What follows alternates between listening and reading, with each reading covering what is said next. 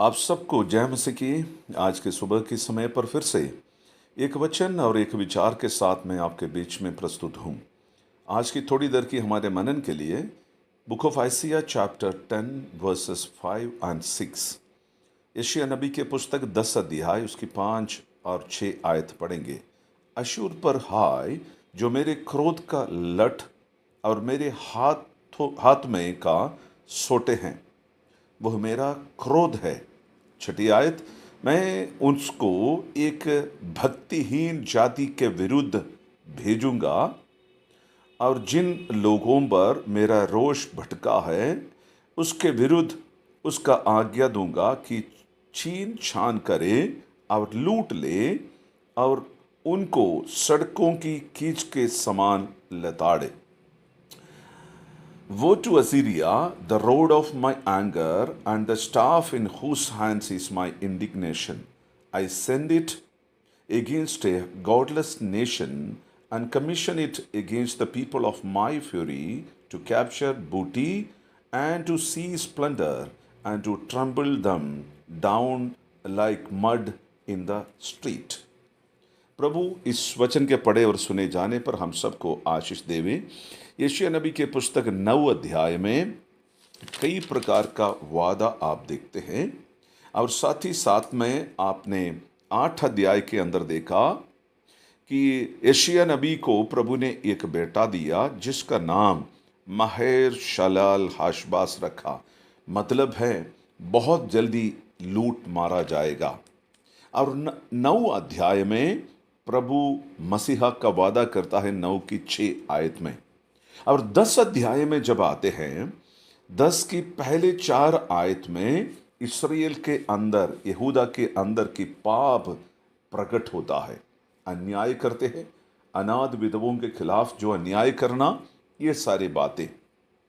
5 और 6 आयत जब पढ़ते हैं वहाँ पर इस्राएल के बारे में एक बहुत बड़ा आरोप प्रभु लगाता है कि ये लोग भक्तिहीन हैं, यानी गॉडलेस लोग हैं। और इसलिए प्रभु कहता है मैं इनको अशूर के हाथों में सौंप दूंगा, ताकि मेरा जो क्रोध है वो अशूर के जरिया से इन पर मैं प्रकट करूंगा।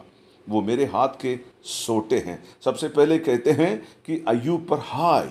ये कहने के बाद में वचन उनके पक्ष में चले जाते हैं। वो कहते हैं मेरे क्रोध का लठ और मेरे हाथों में का सोटा है। और ये कहने के बाद में इस कारण क्या है? इस प्रकार अशूर के हाथ में यहूदी लोगों को प्रभु देने का कारण क्या है? यहां पर कहते हैं यहूदी लोग, प्रभु के लोग अभी गॉडलेस बन गए हैं, यानी भक्तिहीन बन गए हैं। मैं आज आपसे बताने के लिए चाहता हूं, यहोवा परमेश्वर का क्रोध अगर हम पर भटकता है उसका एक कारण है भक्तिहीनता। आज के कलीसिया के अंदर, मसीही परिवार के अंदर, इस दुनिया में किसी भी मजहब को यदि आप देखें, ये भक्तिहीनता, गॉडलेसनेस, ये क्या होता है? गॉडलेसनेस, प्रभु को जो स्थान और रेस्पेक्ट, आदर देना चाहिए वो दिए बिना अपने आप को प्रभु समझना और खुद को फैसला लेना भक्तिहीनता को दर्शाता है। उसके कारण क्या है?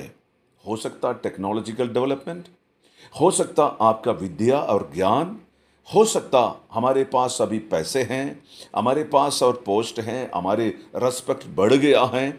ये सब कारणों से जो स्थान प्रभु को हमें देना चाहिए था, पहले स्थान जो प्रभु को देना चाहिए था, पहले स्थान प्रभु का वचन को देना चाहिए था, वो नहीं दे पा रहे हैं। तो प्रभु कहता है इस्राएल का भक्तिहीनता के कारण इस्राएल अभी नास्तिक बन चुके हैं, प्रभु को नहीं मानते हैं, जीवित परमेश्वर को इज्जत, रेस्पेक्ट, आराधना नहीं देते हैं। और प्रभु यहां पर कहता है मैं उनको भक्तिहीनता के कारण से उनको एक भक्तिहीन मुल्क के हाथ में मैं दे दूंगा। वो उनको खींच खींच कर सड़कों पर मारेंगे। हालेलुया! ये कितनी खतरनाक वचन है। आज आशीष देने वाले मुंह से, स्वर्ग का परमेश्वर क्रोध भटका हुआ शब्द मैं आपको बता रहा हूं। और इस वचन के अंदर प्रभु वादा भी देता है, और प्रभु चाहते हैं कि मेरे लोगों को अन्य जाति के हाथों के जरिए से मैं पनिश करूंगा, उनकी हाथों से मैं इनको सुधारूंगा, क्योंकि ये लोग मुझे त्याग दिया है, छोड़ दिया, मेरी भक्ति करना, मेरी आराधना करना बंद कर दिया है। आज मेरी आवाज को सुनने वाले प्रभु के दास हो, हमारे परिवार के अंदर, हमारे कलीसिया के अंदर की भक्तिहीनता, प्रभु के प्रति जो डर होना चाहिए, इज्जत होना चाहिए, ना होना। आप पहले थिस्सलुनीकी 4 अध्याय जब आप पढ़कर देखते हैं, अंतिम का निशानी में से एक है भक्तिहीनता।